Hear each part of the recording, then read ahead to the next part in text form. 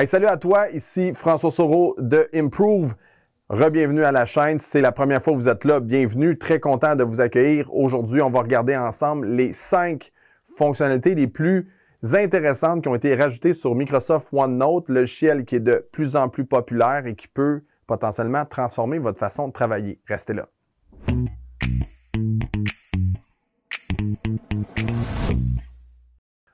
Alors, OneNote, pour ceux qui connaissent un peu moins, c'est un logiciel qui permet vraiment de créer un endroit pour gérer vos notes, vos prises de notes, votre capture d'idées et potentiellement votre journal de bord. On a une formation vraiment complète. Si vous êtes intéressé, allez voir dans les commentaires, on donne toute l'information pour ceux et celles qui veulent vraiment amener ça à un autre niveau. Mais dans la capsule d'aujourd'hui, on va regarder 5 fonctionnalités qui sont spectaculaires, vraiment très utiles. Et même ceux qui ont déjà suivi nos formations, c'était rajouté dans la dernière année, donc en 2022, vous allez voir, c'est vraiment des fonctions très, très pertinentes. Donc, la première chose qu'on va faire, on est à l'intérieur d'un OneNote avec mon bloc-notes ici. Et la première chose qui a été rajoutée, qui n'était pas là autrefois, tout de suite, on peut s'en rendre compte quand on clique sur une note comme celle-là, qui ont rajouté la possibilité de classer et de trier les pages. Donc, c'est vraiment un ajout qui a été demandé depuis très longtemps. Donc, je peux faire ça et avoir à ce moment-là tous mes classements alphabétiques, par date de créer, par date modifiée, ou revenir avec aucun tri. À ce moment-là, le aucun tri va suivre la séquence de création d'une page qui va toujours être vers le bas. Donc, avec ça, vous êtes en business, ça va super bien. Donc, juste ça, en termes de temps, le cas de trier les pages, ça a vraiment l'air quelque chose, moyen donc, ça se peut-tu qu'un logiciel n'était pas en mesure de faire ça? Et tout à fait. Et là, ça se peut que vous n'ayez pas la nouvelle version. Donc ça, il faut vraiment être abonné à Microsoft 365, la version payante, la version la plus à jour. Et peut-être certaines de vos organisations n'ont pas encore fait cette mise à jour-là. Donc, informez-vous auprès de votre département de TI. Ce n'est toujours pas le cas. Maintenant, l'autre élément ici qu'on va voir, c'est la possibilité de lire du texte avec un lecteur immersif. Donc, par exemple, j'ai des notes ici et je vais être en mesure de les consulter. Donc, dans mon menu affichage qui est ici, dans mon menu en haut, j'ai lecteur immersif qui me permet à ce moment-là de rentrer dans un menu qui me permet d'aller lire et consulter les messages. Donc, voyez-vous, à ce moment-là, je peux partir la lecture en faisant ça. Manquez-vous d'organisation dans vos idées? Avez-vous une technique de prise de notes efficace? Perdez-vous du temps à retrouver des données importantes? À partir de l'adresse https://3w. Fait que c'est vraiment, vraiment intéressant. Vous êtes en mesure, des fois, vous avez quelque chose que vous voulez lire. Vous allez pouvoir, ici, en cliquant sur le menu, ajuster la grandeur du texte.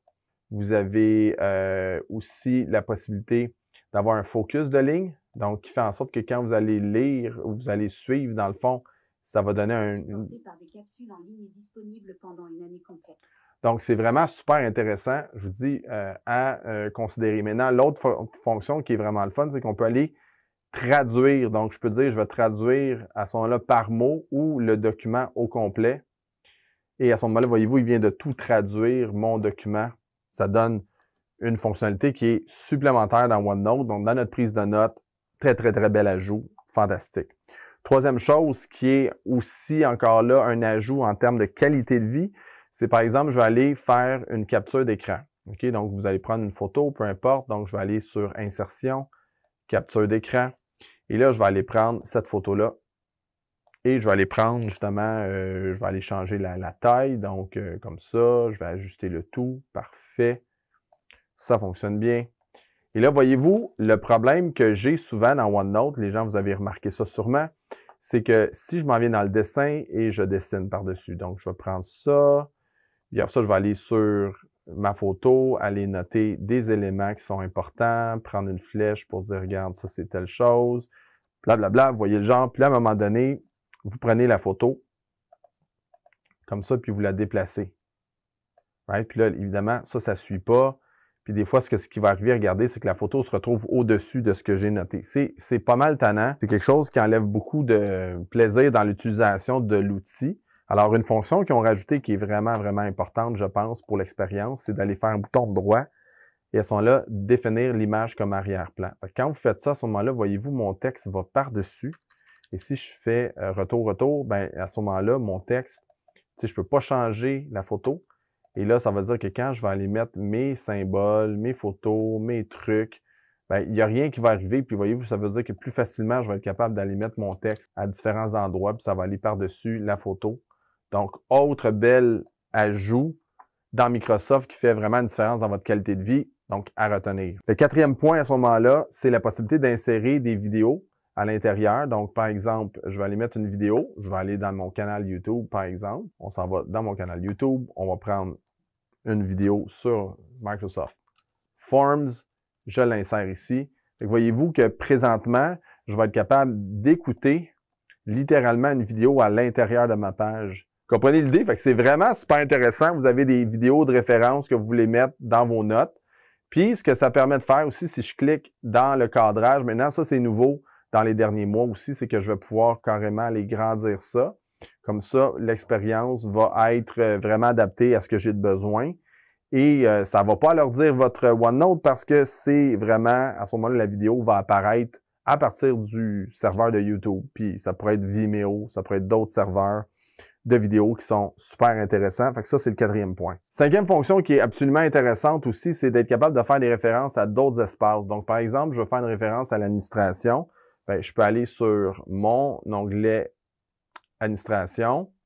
Je vais copier en pointant vers une section comme ça. Je reviens dans mes notes de cours et voyez-vous, je viens de mettre un lien vers l'information que j'ai de besoin. Donc, si j'ai besoin d'aller voir l'administration, je fais ça et il s'en va de cette façon-là. Donc, je peux aller comme ça bâtir différentes références, toujours en commençant par faire une copie vers ça. Je peux faire aussi une copie vers un texte. Donc, je peux dire, ah, je veux prendre une copie vers ça, copier en pointant vers un paragraphe, encore là. Donc là, je vais retourner dans mon OneNote. Je peux faire un lien. Et là, quand je clique, il va m'amener à la bonne place. Donc ça, c'est aussi très utile.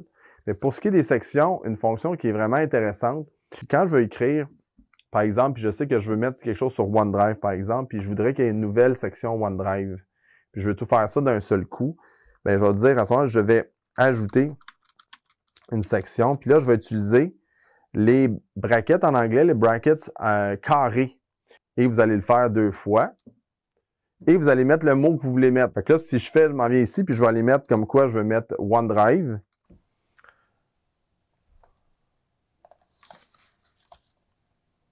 Et là, voyez-vous, il vient non seulement de créer mon lien vers la section, mais il l'a créé directement la section, vous l'avez vu live, là.